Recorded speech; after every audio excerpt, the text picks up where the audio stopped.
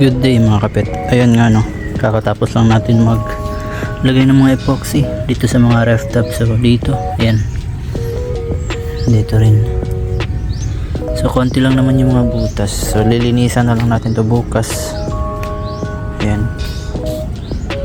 And dito rin. Ay ito wala tong butas. Meron na din tong drainage. Ayan. Dito naman, ayan, konti lang talaga yung mga butas niya. Ito yung dalawang styro guys. Ayan o. Magagamit natin to sa mga fry ng guppies natin.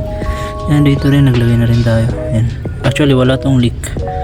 Pero ayan, para safe na rin, or para sigurado na tayong hindi mag-leak. So dito rin sa kabila. Ito yung pang 5.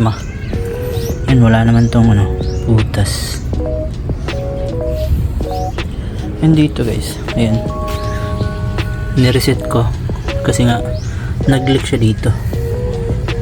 Yung epoxy niya luma na kasi yan, so naging ganito. And pag natipak to, ayan, nag-leak. And yung iba, ayan, bago na yung mga epoxy, so wala na tong leak. Bukas pwede na tong lagyan ng tubig. Yung mga fry, nilipat ko dito yung PGBM natin, ayan, marami to. And meron din dito yung spotted na kasama.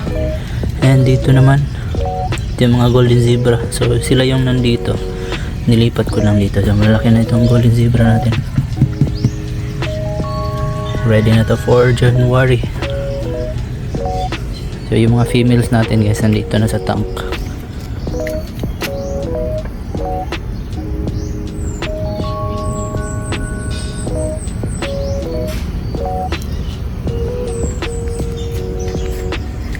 And nga pala, kanina nag-post tayo, nanganak yung super red natin na red eyes. Ayan sila guys, maraming fry to kasi nga sabay silang dalawa na nag-drop. Yan, maliit na yung mga tiyan nila. Okay. So ang mga hindi pa nakadrop dito sa breeding natin, ito BKBM, pero I think malapit na ito. So ayan, kaka water change lang din natin, so kaya malinaw yung tubig. Dito yung marble. And ito, try ko natin, hindi pa rin nakadrop. Ayan, dalawa na yung male na pinahabol ko para mabilis. Ayan, so effective yung probiotics guys, kasi nga yung probi nakakatulong din yun na mabilis mag drop yung mga female. So ayan, nakapag drop na tao. Meron na naman tayong bagong fry. So yung male, pakita ko sa inyo. Ito yung male. Wait lang. Ayan.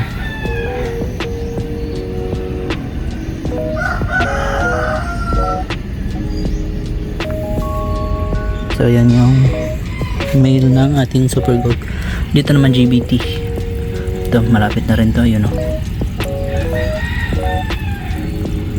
So inaantay na rin natin yan. Dito wala pa tong laman.